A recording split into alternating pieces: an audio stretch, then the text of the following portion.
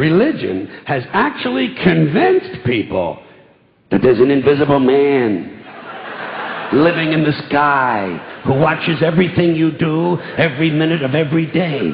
And the invisible man has a special list of 10 things he does not want you to do. And if you do any of these 10 things, he has a special place full of fire and smoke and burning and torture and anguish where he will send you to live and suffer and burn and choke and scream and cry forever and ever till the end of time.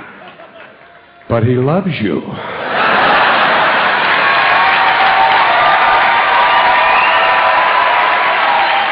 He loves you.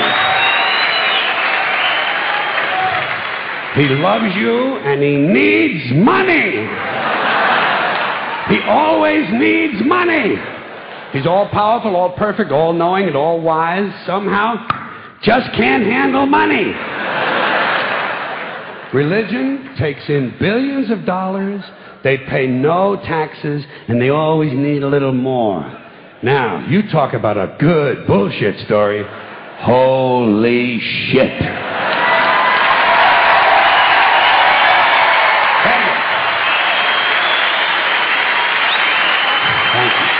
But, thank you very much.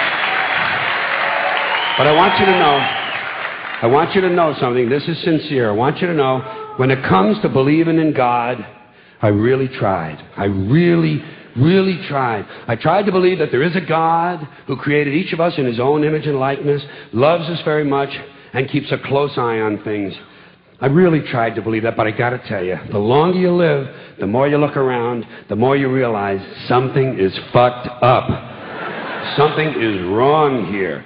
War, disease, death, destruction, hunger, filth, poverty, torture, crime, corruption, and the ice-capades. Something is definitely wrong. This is not good work. If this is the best God can do, I am not impressed. Results like these do not belong on the resume of a supreme being. This is the kind of shit you'd expect from an office temp with a bad attitude. And just between you and me, in any decently run universe, this guy would have been out on his all-powerful ass a long time ago. And by the way, I say this guy because I firmly believe, looking at these results, that if there is a God, it has to be a man. No woman could or would ever fuck things up like this.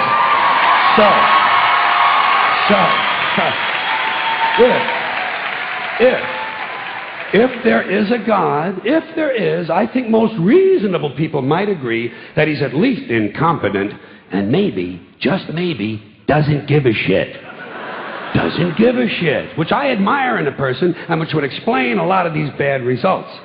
So rather than be just another mindless religious robot, mindlessly and aimlessly and blindly believing that all of this is in the hands of some spooky, incompetent father figure who doesn't give a shit, I decided to look around for something else to worship, something I could really count on. And immediately, I thought of the sun. Happened like that. Overnight, I became a sun worshiper. Well, not overnight. You can't see the sun at night. But first thing the next morning, I became a sun worshiper. Several reasons.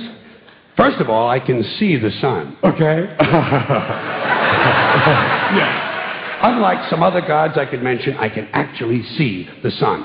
I'm big on that. If I can see something, I don't know, kind of helps the credibility along, you know? So every day I can see the sun as it gives me everything I need. Heat, light, food, flowers in the park, reflections on the lake, an occasional skin cancer, but hey, at least there are no crucifixions, and we're not setting people on fire simply because they don't agree with us. Sun worship is fairly simple. There's no mystery, no miracles, no pageantry, no one asks for money, there are no songs to learn, and we don't have a special building where we all gather once a week to compare clothing. And the best thing about the sun, it never tells me I'm unworthy. Doesn't tell me I'm a bad person who needs to be saved. Hadn't said an unkind word. Treats me fine. So, I worship the sun. But I don't pray to the sun. Know why? I wouldn't presume on our friendship. It's not polite. I've often thought people treat God rather rudely, don't you? Asking trillions and trillions of prayers every day, asking and pleading and begging for favors. Do this, give me that, I need a new car, I want a better job. And most of this praying takes place on Sunday, his day off. It's not nice, and it's no way to treat a friend. But people do pray, and they pray for a lot of different things. You know, your sister needs an operation on her crotch. Your brother was arrested for defecating in a mall. But most of all, you'd really like to fuck that hot little redhead down at the convenience store. You know, the one with the eye patch and the club foot. Huh? Can you pray for that? I think you'd have to. And I say, fine, pray for anything you want. Pray for anything. But what about the divine plan? Remember that? The divine plan. Long time ago, God made a divine plan. Gave it a lot of thought, decided it was a good plan, put it into practice. And for billions and billions of years, the divine plan has been doing just fine. Now you come along and pray for something. Well, suppose the thing you want isn't in God's divine plan. What do you want him to do? Change his plan? Just for you? Doesn't it seem a little arrogant? It's a divine plan. What's the use of being God if every rundown schmuck with a $2 prayer book can come along and fuck up your plan? And here's something else, another problem you might have. Suppose your prayers aren't answered. What do you say? Well, it's God's will. Thy will be done. Fine. But if it's God's will and he's going to do what he wants to anyway, why the fuck bother praying in the first place? Seems like a big waste of time to me.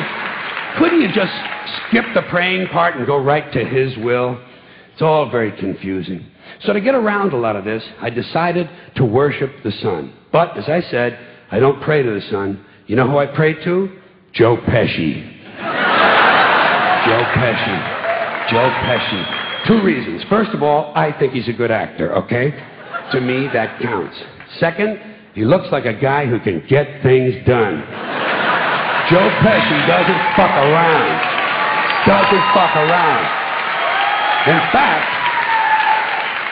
In fact, Joe Pesci came through on a couple of things that God was having trouble with. For years, I asked God to do something about my noisy neighbor with the barking dog. Joe Pesci straightened that cocksucker out with 1 visit. It's amazing what you can accomplish with a simple baseball bat.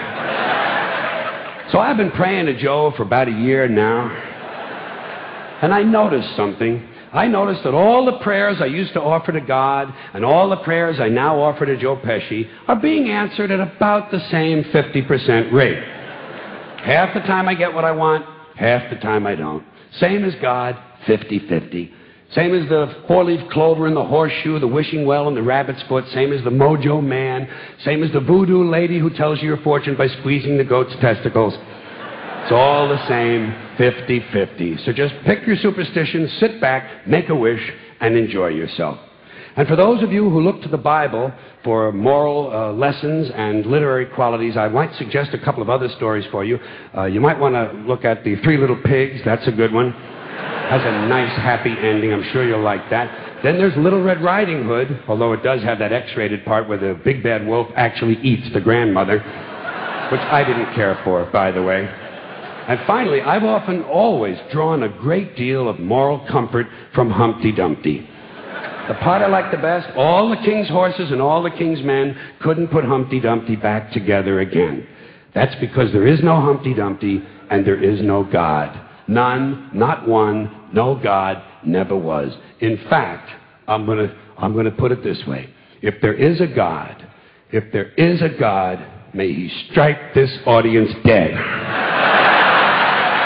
See, nothing happened. Nothing happened. Everybody's okay. All right? Tell you what. I'll raise the stakes. I'll raise the stakes a little bit. If there is a God, may he strike me dead. See? Nothing happened. Oh, wait. Got a little cramp in my leg. And my balls hurt. Plus, I'm blind. Oh, now I'm okay again. Must have been Joe Pesci, huh? God bless Joe Pesci. Thank you all very much. Joe bless you. Thank you very much. I appreciate it.